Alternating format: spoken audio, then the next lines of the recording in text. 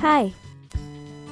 Today I will show you a way to teach your students the prepositions of place more easily and effectively. With this video, your students will be able to recognize the different prepositions of places as well as give examples of them.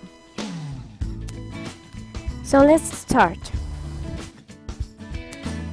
Today we're going to talk about prepositions of place. Prepositions of place are used to show the position or location of one thing with another. It answers the question where. First, we're going to start with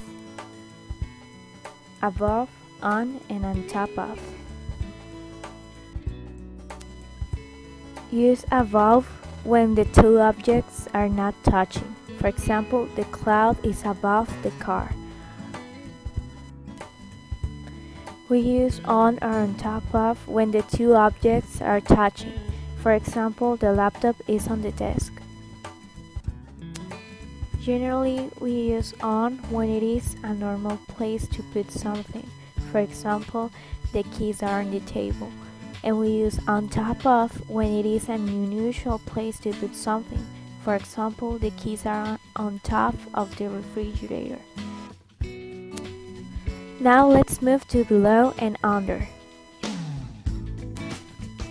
Use under when one object is covered by another. For example, the yellow folder is under all the paperwork. Use below when one object is in a lower position than the other. For example, the clock is below the window. Now we will see behind and in front of. These words are opposites.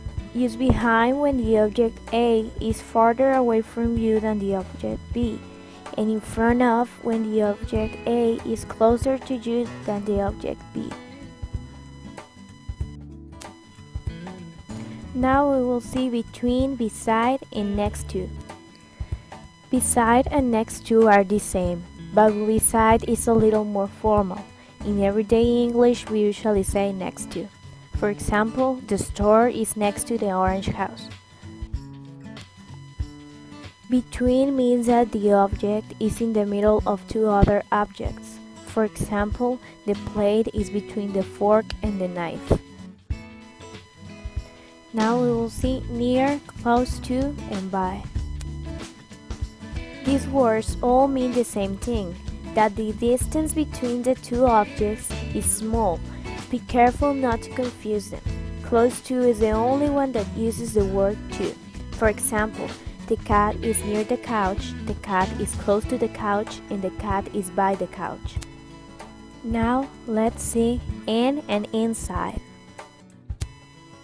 In and inside mean the same thing in most cases. For example, the camera is in the box and the money is inside the suitcase. Now we will see out, outside, and out of. Outside refers to location. In this case, we cannot use out. For example, the cat is outside the house. Out and out of usually suggest movement, not just location. Out of must always be followed by a noun. For example, she ran out of the room and I'm bored. Let's go out. Now it's time to practice. A good way to practice this activity is to bring a box to the classroom so that students can practice all the different prepositions of place. They can practice in, inside, out of, outside, next to, below, and all the different prepositions that they saw in the class. You can ask each student to do something with the box. For example, put something next to the box or outside the box or inside the box so that you will know if they got the knowledge.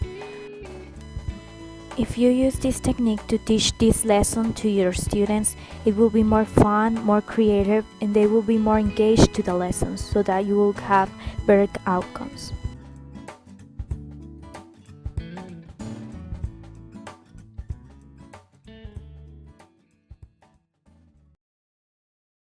Created using Powtoon.